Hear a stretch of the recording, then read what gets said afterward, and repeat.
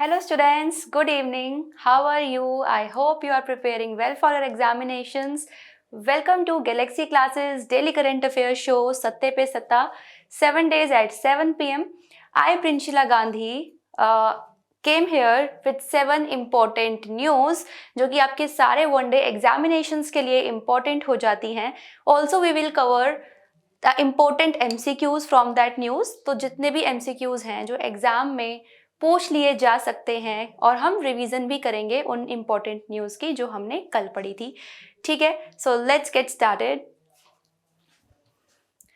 तो बच्चों, कभी हारने का इरादा हो तो उन लोगों को याद कर लेना एक बार जिन्होंने कहा था कि तुमसे नहीं हो पाएगा भैया, है ना. लोग अक्सर कहते हैं ना कि तुमसे ना हो पाएगा, तुम छोड़ दो तैयारी, कहाँ फंस गए हो, इतनी चैलेंजेस आ रहे हैं, कोई और नौकरी पकड़ लो, कोई और पेपर की तैयारी कर लो. तो 100 बातें सुनने को मिलती हैं हमें.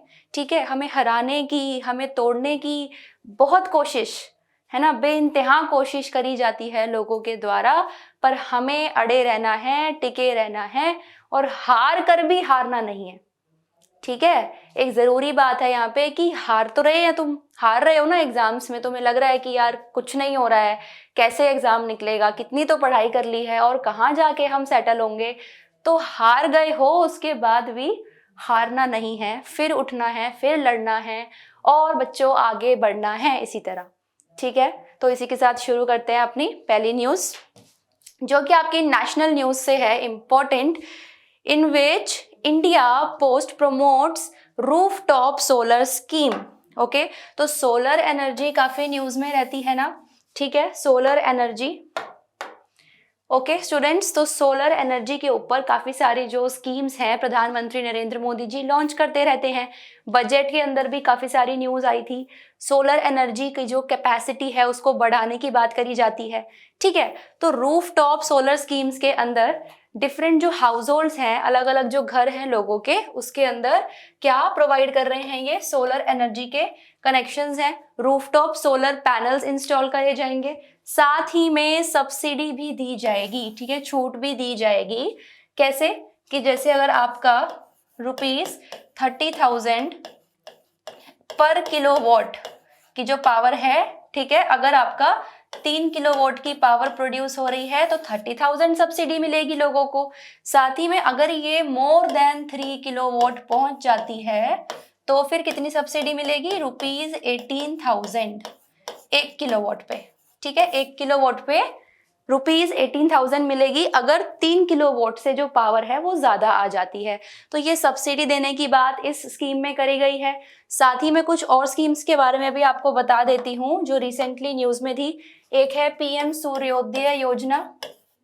सूर्योदय योजना, ठीक है, जिसके अंदर भी क्या कर रहे हैं, हाउस होल्ड्स में रूफटॉप सोलर कनेक्शन दिए जाएंगे. करोड़ में लोगों के घरों में हाउस होल्ड कनेक्शन दिए जाएंगे सोलर पावर से जो चलेंगे. ठीक है, सोलर एनर्जी का यूटिलाइजेशन होगा. ठीक है, साथ ही में आपकी एक और स्कीम है जो कि है PM सूर्य घर मुफ्त बिजली योजना. इसके अंदर हम देखने को मिलेगी हमें PM सूर्य घर में कि सूर्य की जो सौर एनर्जी है, जो सोलर एनर्जी है, उससे क्या जनरेट कर रहे हैं बच्चों यहाँ पे? पावर. पावर माने इलेक्ट्रिसिटी, बिजली प्रोड्यूस होगी. ठीक है, मुफ्त बिजली इसके अंदर प्रोड्यूस होगी, यानी कि इलेक्ट्रिसिटी जनरेशन होगा. ठीक है, तो एक बात करी गई है सब्सिडी देने की. साथ ही में जो सोलर पावर की इंस्टॉल्ड कैपेसिटी है इंडिया में वो 73.3 गीगावाट अभी है. ठीक है, 73.3 गीगावाट है. और एक और बात आपको याद रखनी है, जो इंटरनेशनल सोलर अलायंस है, ISA की फुल फॉर्म क्या हो जाएगी स्टूडेंट्स? इंटरनेशनल सोलर अलायंस, जिसका हेडक्वार्टर कहाँ पे है? इंडिया में ही है, गुरुग्राम में. ठीक है, तो ये भी आपको याद रखना है कि ये जो अलायंस है, ये जो इंटरनेशनल ऑर्गेनाइजेशन है, उसका हेडक्वार्टर हमारे भारत में गुरुग्राम में लोकेटेड है. ठीक है, जिसको हम ISA भी कहते हैं. साथ ही में सोलर पार्क्स के ऊपर भी फोकस करा गया है कि 42 सोलर पार्क्स बनाए जाएंगे. ठीक है, जो बड़े लेवल पे सोलर पैनल्स को इकट्ठा, जो हम देखते हैं पूरी ग्रिड होती है ना, सोलर ग्रिड, उसमें ज़्यादा मात्रा में क्या हो पाएगी? बिजली प्रोड्यूस हो पाएगी। ठीक है, तो ये सारी जो चीजें हैं सोलर एनर्जी के बारे में और उसकी इंस्टॉल्ड कैपेसिटी के बारे में, वो आपको इस न्यूज से याद रखनी है। ओके स्टूडेंट्स, बढ़ते हैं अगली खबर की तरफ जो कि नेशनल न्यूज में ही इंपॉर्टेंट हो जाती है। India science defence deals with HAL, L&T and BrahMos. Okay, तो ये तीन जो हैं ऑर्गेनाइजेशन, HAL क्या है, हिंदुस्तान एरोनॉटिक्स लिमिटेड। तो यहां से ना अभी मिनिस्ट्री ऑफ डिफेंस ने क्या करे हैं, 5 एक्विजिशन करे हैं। एक्विजिशन, एक्वायर करा है, अर्धग्रहित। ठीक है, एक्विजिशंस करे हैं जो हमारे डिफेंस सिस्टम, जो कौन कौन से होते हैं आपकी, एयरफोर्स, नेवी और इंडियन आर्मी। ठीक है, ये तीन हैं आपके डिफेंस फोर्सेस में। तो इन सब के अंदर एक्विजिशंस हुए हैं। हिंदुस्तान एरोनॉटिक्स लिमिटेड में इंडियन एयरफोर्स ने ये एयरक्राफ्ट कौन सा है, MiG-29, इसका एक्विजिशन करा है। फिर L&T क्या है, लार्सन एंड टुब्रो, जो नेवी के लिए इन्होंने एक्विजिशन करा है, हाई पावर रडार्स का। ठीक है, नेवी के अंदर हो जाएगा इंपॉर्टेंट।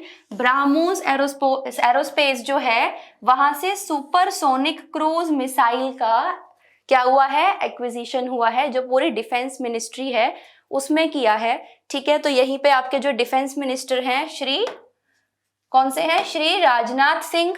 ठीक है, minister of defence Rajnath Singh. तो ये चीज भी आपको इनके बारे में याद रखनी है बच्चों। ठीक है, एक तो ये, और जौन से एक्विजिशन हुए हैं इन तीनों ऑर्गेनाइजेशन से, आर्मी, नेवी और एयरफोर्स में। ठीक है, समझ आ गया बच्चों, क्लियर है इतना? ये आपके डिफेंस की न्यूज हो गई नेशनल। नेक्स्ट न्यूज की तरफ अगर हम बढ़े तो इंटरनेशनल न्यूज में ये इंपॉर्टेंट हो जाएगी, जो कि क्या कह रही है, किसका अपॉइंटमेंट हुआ है अभी, पाकिस्तान के न्यू प्राइम मिनिस्टर का अपॉइंटमेंट हुआ है, जो है शहबाज शरीफ। तो आपको कैसे याद रखना है ये, वैसे तो न्यूज में रहेगा काफी, आपको वैसे ही ये याद हो जाएगा। ठीक है, बट शरीफ लोग जो हैं वो पाकिस्तान में रहते हैं। ठीक है, तो इसको आप इस तरीके से याद कर लेना। तो शरीफ लोग हमें कहाँ मिलते हैं स्टूडेंट्स, पाकिस्तान में। सही बात है, बिल्कुल, है ना, याद रहेगा। अब ये पाकिस्तान में ही तो है। ठीक है, तो शहबाज शरीफ इनका नेम इंपॉर्टेंट हो जाएगा। फिर पाकिस्तान के बारे में कुछ इंपॉर्टेंट न्यूज क्या है कि इसकी कैपिटल आपको याद रखनी है, इस्लामाबाद। ठीक है, पाकिस्तान की जो कैपिटल है। और एक और फैक्ट है इसके बारे में कि ये वर्ल्ड का 5th मोस्ट पॉपुलस स्टेट है। पॉपुलस का क्या मतलब होता है बच्चों, पॉपुलस जो कंट्री है, कौन सी है, पाकिस्तान 5th नंबर पे आती है। मतलब कि जो मैक्सिमम जनसंख्या है, जो सबसे ज्यादा जनसंख्या है 5वें नंबर पे विश्व में, वो पाकिस्तान की यहाँ पे देखने को मिल रही है। और सेकंड लार्जेस्ट मुस्लिम पॉपुलेशन भी हमें पाकिस्तान में ही देखने को मिलेगी, सेकंड लार्जेस्ट मुस्लिम पॉपुलेशन। ठीक है, ओके स्टूडेंट्स, साथ में हम इसके बॉर्डर्स के बारे में देखेंगे, कौन कौन सी कंट्री के साथ इसका बॉर्डर है। तो 4 ऐसी कंट्रीज हैं, लोकेशन देखिए मैप में पाकिस्तान की, कौन कौन सी आ जाएंगी यहाँ पे, अफगानिस्तान, ठीक है, इंडिया, चाइना हो जाएगा और ईरान। तो 4 इंटरनेशनल बॉर्डर्स हैं इसके 4 देशों के साथ। ठीक है, वहीं पे अगर हम इंडिया की बात करें तो 5 राज्यों के साथ ही अपनी बाउंड्री शेयर करता है, जो कि है पंजाब, फिर आपका नीचे गुजरात आ जाएगा, एक आपका जम्मू कश्मीर और लद्दाख। ठीक है, और आपका राजस्थान तो है ही यहाँ पे। तो कितने हैं इंडिया के साथ, 5, ये आपको याद रखने हैं। ओके स्टूडेंट्स, कौन कौन से आ जाएंगे इसमें, पंजाब हो जाएगा, नॉर्थ में जम्मू एंड कश्मीर और लद्दाख, फिर आपका राजस्थान और एक हो जाएगा गुजरात। ठीक है, तो ये 5 आपके इसके अंदर यूटीज भी आ रहे हैं और स्टेट भी आ रहे हैं। तो स्टेट प्लस यूटी जिनके साथ पाकिस्तान अपना बॉर्डर शेयर करता है इंडिया में, वो ये 5 इंपॉर्टेंट हो जाएंगे, ठीक है। और वैसे अगर हम इंटरनेशनल लेवल पे देखें तो 4 हो जाएंगे, जिसमें आपका एक हो जाएगा अफगानिस्तान, फिर इंडिया तो है ही, और चाइना है, और एक हो जाएगा ईरान, ठीक है। तो ये चारों हो गए इंटरनेशनल बॉर्डर्स।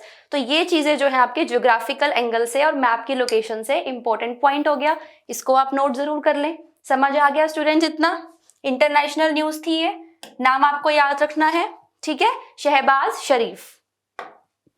चलिए बढ़ते हैं अगली न्यूज की तरफ। तीसरी खबर है आपकी इंफ्रास्ट्रक्चर से रिलेटेड, जिसमें FSSAI gives eat right station certificate to 150 railway stations. Bharat में 150 रेलवे स्टेशंस को क्या दिया गया है? ईट राइट स्टेशन सर्टिफिकेट, ठीक है। और सर्टिफिकेट, लाइसेंस, रजिस्ट्रेशन, ये सब देने का काम हो जाता है किसका? FSSAI। तो फुल फॉर्म पता है बच्चों आपको क्या होती है इसकी? Food safety and standards authority of India. Standards authority of India, ठीक है। अब ये जो है इसके ईयर ऑफ फॉर्मेशन 2011 हो जाएगा। हेडक्वार्टर भी आपको याद रखना है, कहाँ पे है? न्यू दिल्ली में, सेंटर में।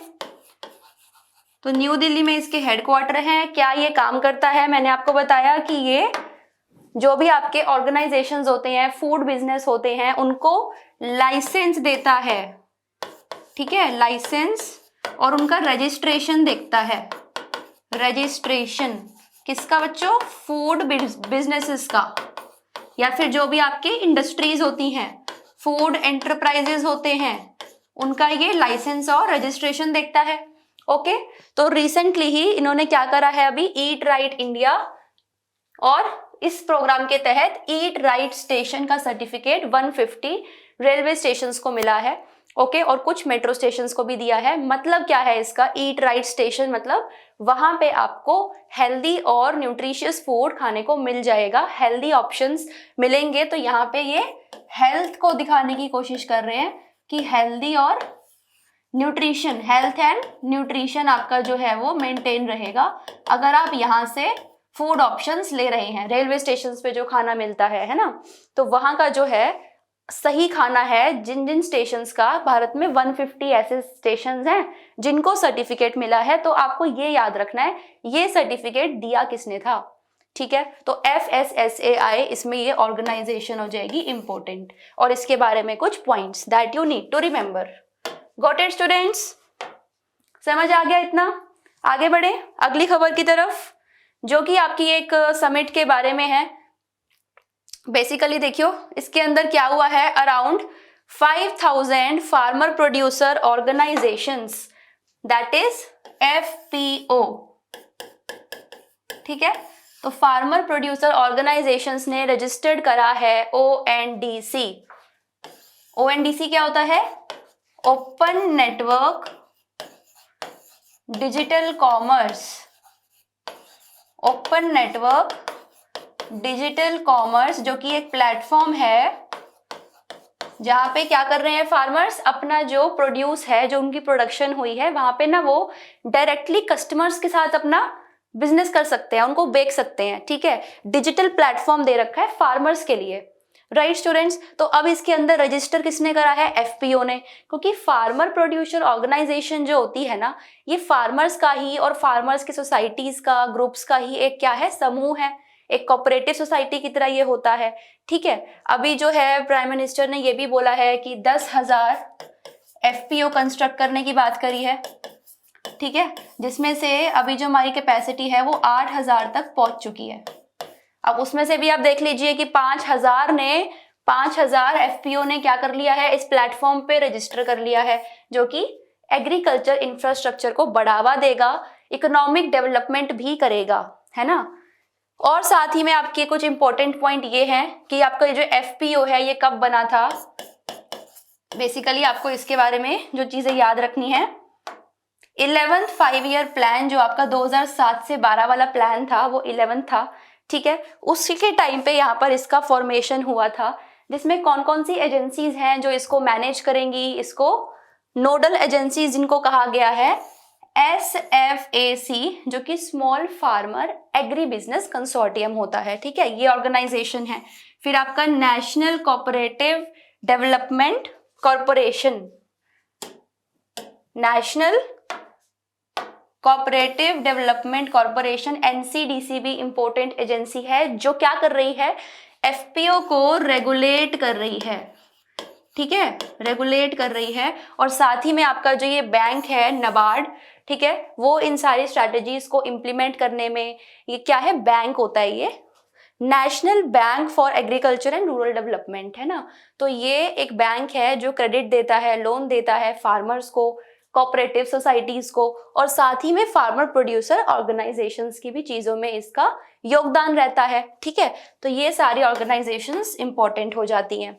उसके बाद कुछ ऐसे मिशंस और योजना और फार्मर्स के रिलेटेड स्कीम जो क्या कर रही है, FPOs की कैपेसिटी बिल्डिंग में हेल्प कर रही है, ठीक है। जो इनका जो डेली की बेसिस पे चीजें होती हैं, रेगुलेटरी एक्टिविटीज होती हैं, है ना, चाल चलन होता है कि चीजें जो हैं वो स्मूथ तरीके से चलें, इम्प्लीमेंट हो, तो कैसे होंगी वो, NMSA क्या है इसमें, national mission for sustainable agriculture, ठीक है, national mission for sustainable agriculture. Sustainable means कि जिसके अंदर जो है सस्टेनेबल डेवलपमेंट को ध्यान रखा जाए, ठीक है, इन्वायरमेंट फ्रेंडली प्रैक्टिसेस का इसके अंदर यूज करा जाएगा। और साथ ही में RKVY क्या है, राष्ट्रीय कृषि विकास योजना, जो फार्मर्स के विकास में, किसानों के विकास में हेल्प करेगी, ठीक है। तो ये आपकी राष्ट्रीय कृषि विकास योजना, ऐसी फार्मर्स की स्कीम्स जो इन FPO की कैपेसिटी बिल्ड करने में, इनको बढ़ाने में, धीरे धीरे जो इनका लेवल है वो बढ़ता जाएगा, इसमें और लोग जुड़ेंगे, ठीक है, ये ऑर्गेनाइजेशन जो है वो बड़ी हो जाएगी और हम 10,000 FPO का टारगेट भी अचीव कर लेंगे, ठीक है, इन सारी चीजों के साथ। ओके स्टूडेंट्स, तो आपको इसके अंदर FPO के बारे में ये सारी चीजें याद रखनी है, ये इंपॉर्टेंट इंस्टीट्यूशन हो जाता है आपके एग्जाम्स के लिए। ओके बच्चों, इतना समझ आ गया है आपको? तो हम नेक्स्ट मूव ऑन करते हैं, इंपॉर्टेंट डे जो कि न्यूज में है। तो कौन सा डे है वो, वर्ल्ड हियरिंग डे 2024। 3 मार्च को ये ऑब्जर्व करा जाता है, हियरिंग डे, ठीक है। पूरे विश्व में जो आपकी हियरिंग है, सुनने की क्षमता है, उसको इंपॉर्टेंस देने के लिए, भाई मैं आपसे कम्युनिकेट कर रही हूँ, आप मुझे सुन पा रहे हो, तभी तो आप सारा पढ़ रहे हो, चीजों को अपने माइंड तक भेज रहे हो। सुन ही नहीं पाएंगे हम ढंग से अगर, तो उसको समझेंगे कैसे, उसको अपने अंदर एब्जॉर्ब कैसे करेंगे, ठीक है। तो हियरिंग तो बहुत इंपॉर्टेंट हो जाती है ना। साथ ही में वो जो पीपल विद डिसेबिलिटीज होते हैं, जो सुन नहीं सकते, ठीक है, जो डेफ हैं, बहरे हैं, तो उनके लिए भी कौन कौन से मेजर्स लिए जाने चाहिए। तो मतलब सुनने की जो पावर है, हियरिंग जो है, उसको इंपॉर्टेंस देने के लिए ये ऑब्जर्व करा जाता है। 3 मार्च को ये डेट आपका इंपॉर्टेंट हो जाती है। और दूसरा की थीम क्या थी इसकी, तो थीम भी एक बार देख लेते हैं, changing mindset, let's make year and hearing care a reality for all. मतलब हमें अपने ईयर की जो हियरिंग पावर है उसकी केयर करनी है, ईयर की केयर करनी है, कान की केयर करनी है हमें, ठीक है। जिस तरीके से हम अपने ईयर का यूज करते हैं डेली बेसिस पे, हम जो भी सुन रहे हैं तो हमारे ईयर्स पे जोर पड़ता है, हमें हेडेक भी हो जाता है, इसलिए तो उसका आपको सही तरीके से प्रयोग करना है, ठीक है, जो भी आप साउंड सुन रहे हैं, ठीक है। तो world hearing day is observed on 3 मार्च। साथ ही में मैंने आपको कल बताया था कि एक और डे है विश्व के लेवल पे जो 3 मार्च को ऑब्जर्व होता है, जो कि है world wild life day. World wild life day बच्चों कब देखा जाता है, ये भी 3 मार्च को, ठीक है। तो ये सारे पॉइंट्स आपको याद रखने हैं इंपॉर्टेंट डे के बारे में। इतना समझ आ गया आपको? छठी जो इंपॉर्टेंट न्यूज है 6th, उसमें क्या है इंपॉर्टेंट कि Sarbananda Sonowal inaugurates first made in India tug, ठीक है। अब ये जो है आपका जो शिपिंग इंडस्ट्री है पूरी, ठीक है। पहली बात तो टग क्या होता है, टग क्या होता है, it is used to drag और पुल द शिप। आपके जो शिप होते हैं, ठीक है, जहाज होते हैं, उनको खींचने के लिए, ड्रैग करने के लिए या फिर पुल करने के लिए इनका यूज होता है, ठीक है। अब ये जो चलते हैं ना पूरे फॉसिल फ्यूल पे चलते हैं, कार्बन डाइऑक्साइड के एमिशंस भी होते हैं पानी के अंदर, जैसे हम बोलते हैं ना कि CO2 एमिशंस होते हैं, ठीक है, जो कि ग्रीन हाउस गैस है, ग्लोबल वार्मिंग इससे होता है। तो अभी इसके अंदर बात क्या करी जा रही है ना कि हम इस पूरे टग को 50% जो है ना ऑल ओवर इंडिया, उसको हम ग्रीन टग्स में कन्वर्ट करेंगे। 50% को जो आपके ऑल ओवर इंडिया है उसको हम ग्रीन टग में कन्वर्ट करने की बात करी गई है। कौन से ईयर तक? 2030 तक, ठीक है, 2030 तक। और कौन बोल रहे हैं? ये सर्बानंद सोनोवाल SS, ठीक है। और एक और S आपका शिप से आ गया। तो आप कैसे याद रखोगे कि किसके मिनिस्टर हैं? मिनिस्ट्री ऑफ कौन सी है?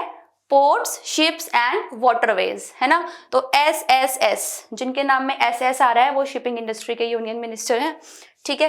तो सर्बानंद सोनोवाल, एक तो ये नाम आपको याद रखना है।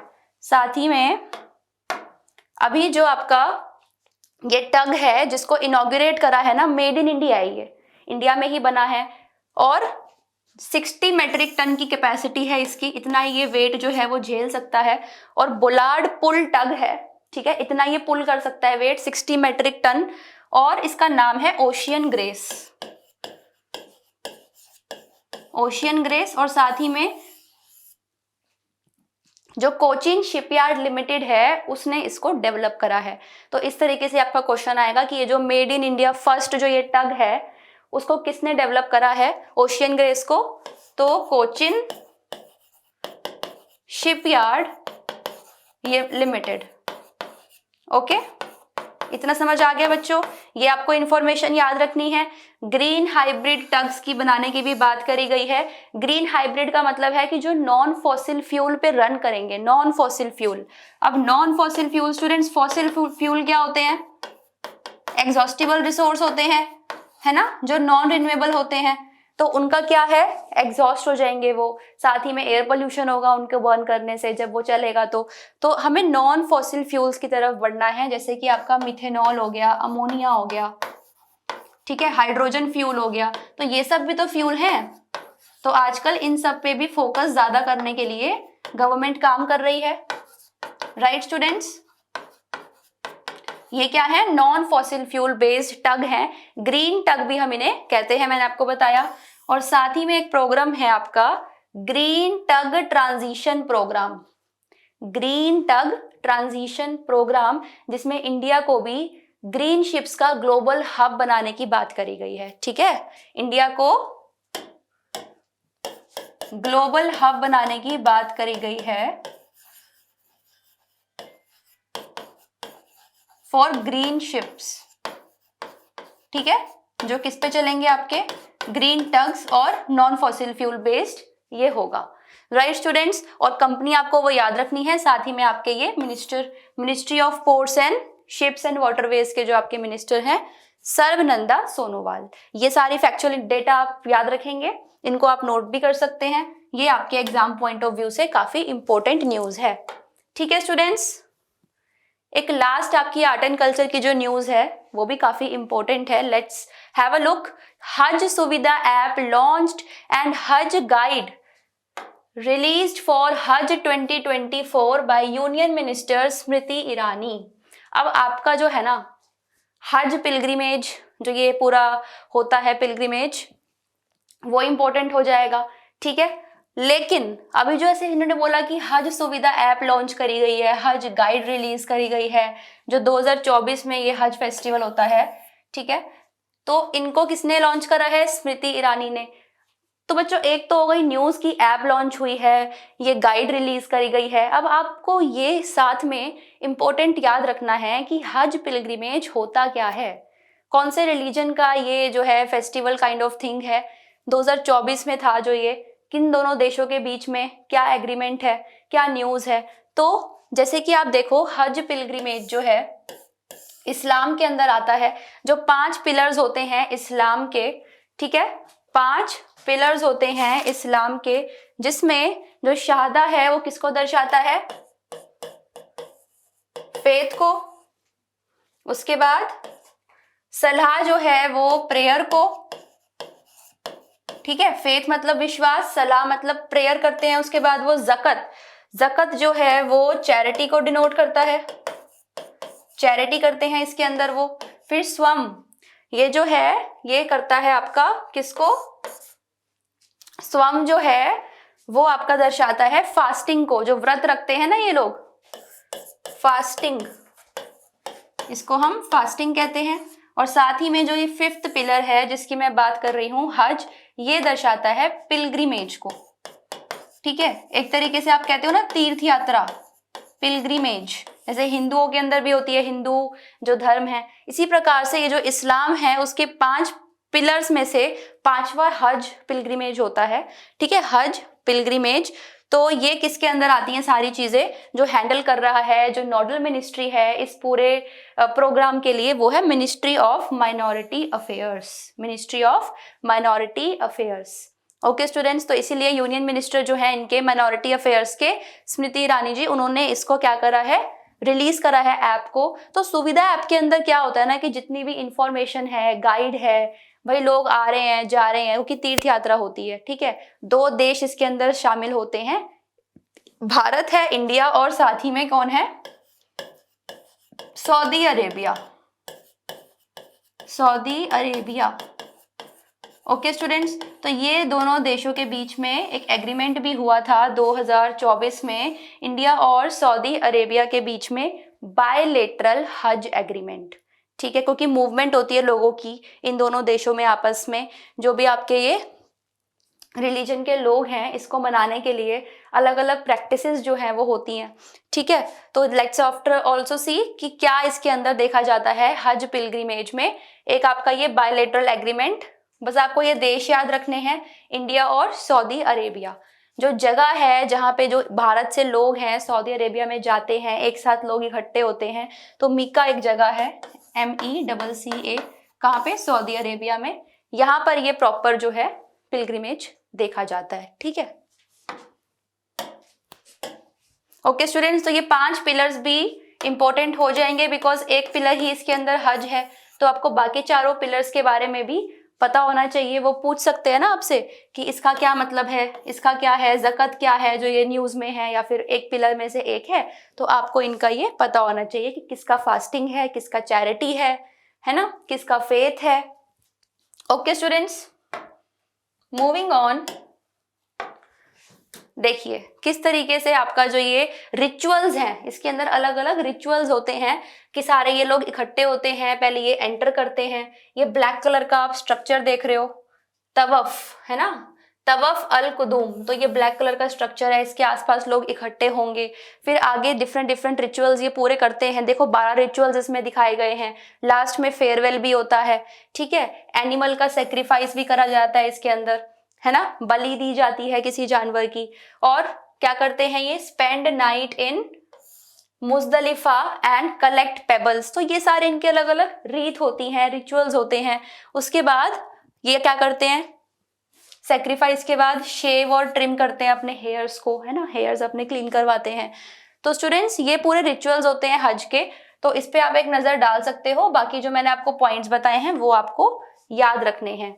तो ये थी आज की 7 बड़ी खबरें जो आपके एग्जाम पॉइंट ऑफ व्यू से इंपॉर्टेंट हैं।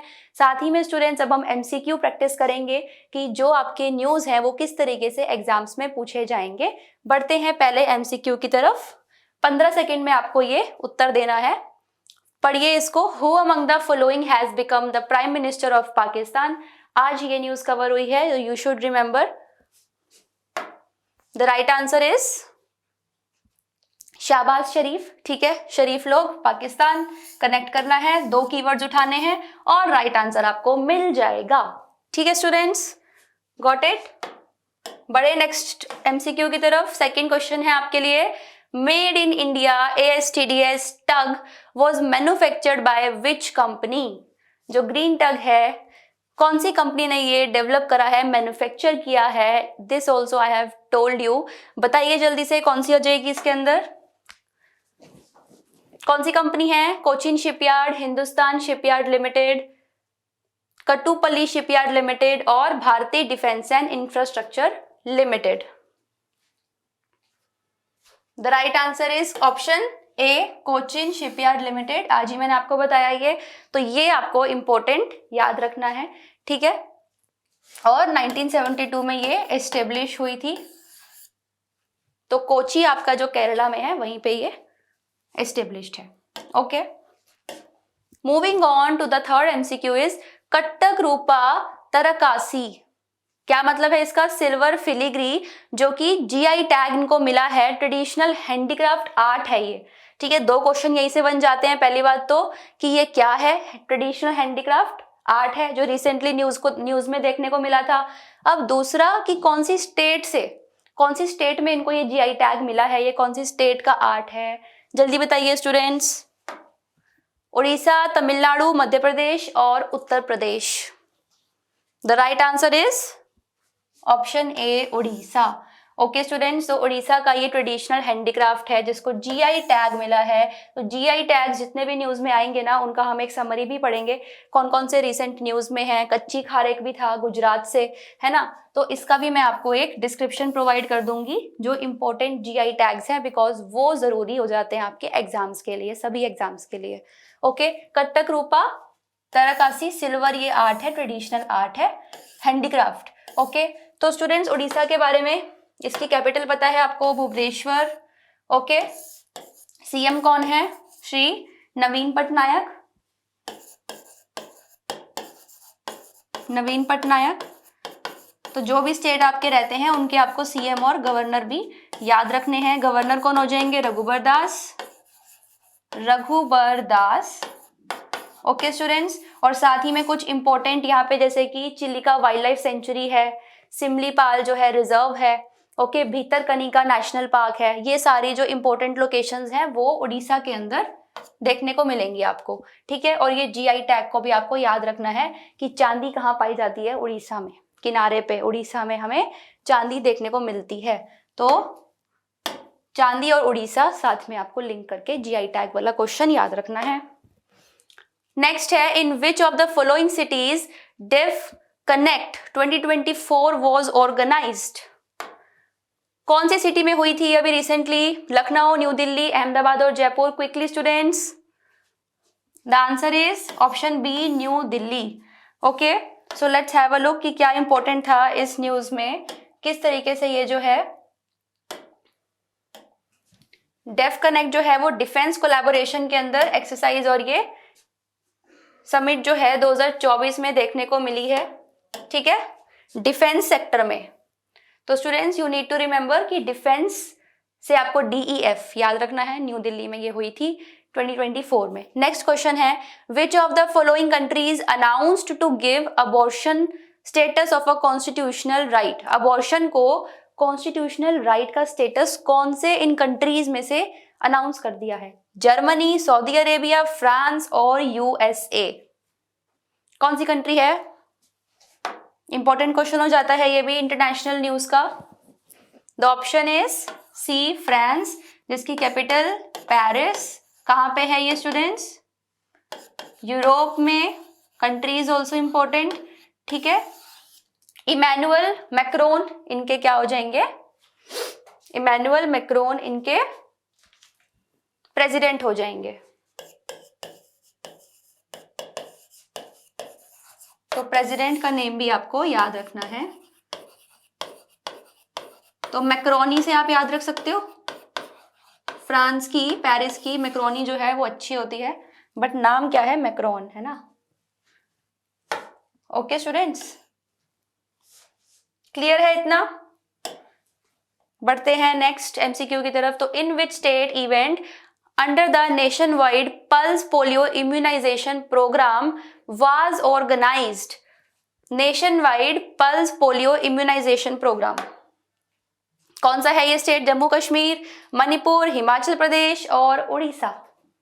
बताइए जल्दी से। राइट आंसर इज मणिपुर, ठीक है, जिसकी कैपिटल हो जाएगी इम्फाल। नॉर्थ ईस्टर्न स्टेट है ये, ओके। और WHO ने जो है क्या घोषित करा है इंडिया को? 2014 में ही पोलियो फ्री। ओके। और आपका जो ये पोलियो डे है वो 24 अक्टूबर को ऑब्जर्व करा जाता है, ये इंफॉर्मेशन भी आपको याद रखनी है। ओके ओके स्टूडेंट्स, पोलियो के बारे में आपको ये सारी चीजें याद रखनी है। तो ये nationwide pulse polio immunisation programme Manipur में अभी रिसेंटली देखा गया है। मणिपुर पोलियो तो PM करके आप याद रखोगे, ठीक है, पोलियो और मणिपुर, पोलियो और मणिपुर हो गया आपको याद। नेक्स्ट है आपका last MCQ, in which state the north eastern India film festival 2024 was organised, which is the right answer students? Arunachal Pradesh, Mizoram, Manipur या फिर त्रिपुरा। तो ये फिल्म फेस्टिवल था नॉर्थ ईस्टर्न स्टेट में मनाया गया है, कौन सा वो स्टेट है? जल्दी से उत्तर करिए।